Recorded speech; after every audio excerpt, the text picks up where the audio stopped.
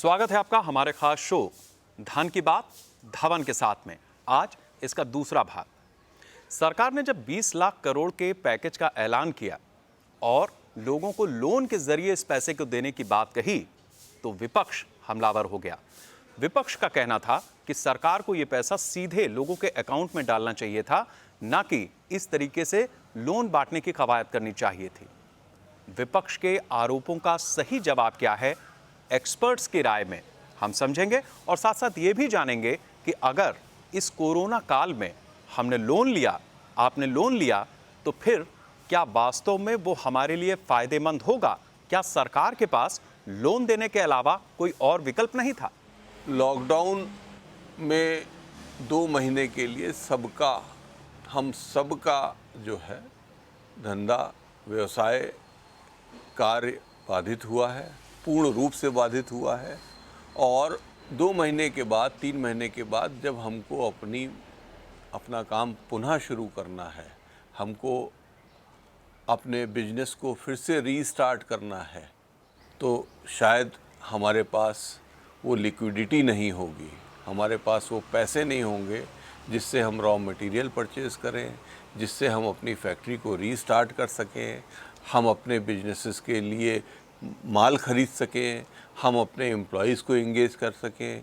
क्योंकि पूरा बिजनेस जो है वो इनपुट, प्रोसेस और आउटपुट पर निर्भर करता है। वो एक कंप्लीट बिजनेस साइकिल है। हम माल खरीदते हैं, हम माल को प्रोसेस करते हैं, हम माल को बेचते हैं और उस माल को बेच के जो पैसा रिकवर होता है वो हम अपने सर्कुलेशन में लगाते हैं। और हमारा बिजनेस, हमारी कमाई, हमारे खर्चे इसी सर्कुलेशन से पूरे होते हैं। तो आज अगर हमको लॉकडाउन ख़त्म होने के बाद बिजनेस रीस्टार्ट करना है तो शायद हमारी पूंजी पिछले 2 महीने लगातार खर्चे करने के बाद, एम्प्लॉइज़ को सैलरी देने के बाद, बैंक के खर्चे निपटाने के बाद, अपने व्यक्तिगत खर्चे निपटाने के बाद हमारी वो लिक्विडिटी कहीं ना कहीं ख़त्म हो चुकी है। तो जो 3 लाख करोड़ रुपए के एमएसएमईज़ का लोन का जो खाका खींचा है, वो शायद हमको एक सीड कैपिटल के रूप में, सीड सपोर्ट के रूप में, सरकार लोन के रूप में हमको प्रोवाइड करना चाहती है। हम जाएं, हम वो लोन लें, उस लोन से अपना बिजनेस रीस्टार्ट करें। 1 साल तक सरकार हमसे उसका कोई इंस्टॉलमेंट का पैसा नहीं मांग रही है। अगले 3 साल में हमको एक इक्वेटेड मंथली इंस्टॉलमेंट्स में उस लोन को रिपे करना है।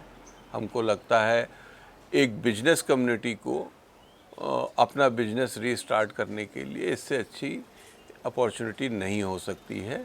लेकिन हम तमाम बिजनेसेस, इंस्टीट्यूशंस, तमाम स्वरोजगार लोग ये सोच रहे थे कि 2 महीने में जो हमने ब्याज बैंक का है वो मेरा माफ़ हो जाएगा, 2 महीने में जो मैंने तनख्वाह दी है वो सरकार हमें दे देगी, 2 महीने में मैंने चूँकि अपने धंधे को बिल्कुल चलाया नहीं है उसका बिजली का बिल सरकार हमें दे देगी।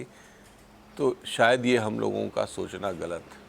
धंधा हमारा है, धंधा हमने किया है, धंधा हमने बढ़ाया है और धंधे को जो बढ़ाया है तो उसके सारे फ्रूट्स हमने खाए हैं। सरकार को हमने उसका कुछ प्रतिशत एक टैक्स के रूप में दिया है। हमको शायद ऐसी उम्मीद करना भी जायज़ नहीं थी। कहीं ना कहीं हमें ये देखना है कि आज सरकार हमें किस ढंग से सपोर्ट कर सकती है। तो मुझको लगता है कि लोन के रूप में एक कंसेशनल रेट ऑफ इंटरेस्ट पे अगर हमको आज पैसा मिल जाता है, हम अपना बिजनेस शुरू कर सकते हैं। हिंदुस्तान का बिजनेसमैन, हिंदुस्तान का इंडस्ट्रियलिस्ट, हिंदुस्तान के जो एंटरप्रेन्योर्स हैं वो सक्षम हैं। हर एडवर्सिटीज़ में उन्होंने काम किया है। उन्होंने इंस्पेक्टर राज को झेला हुआ है।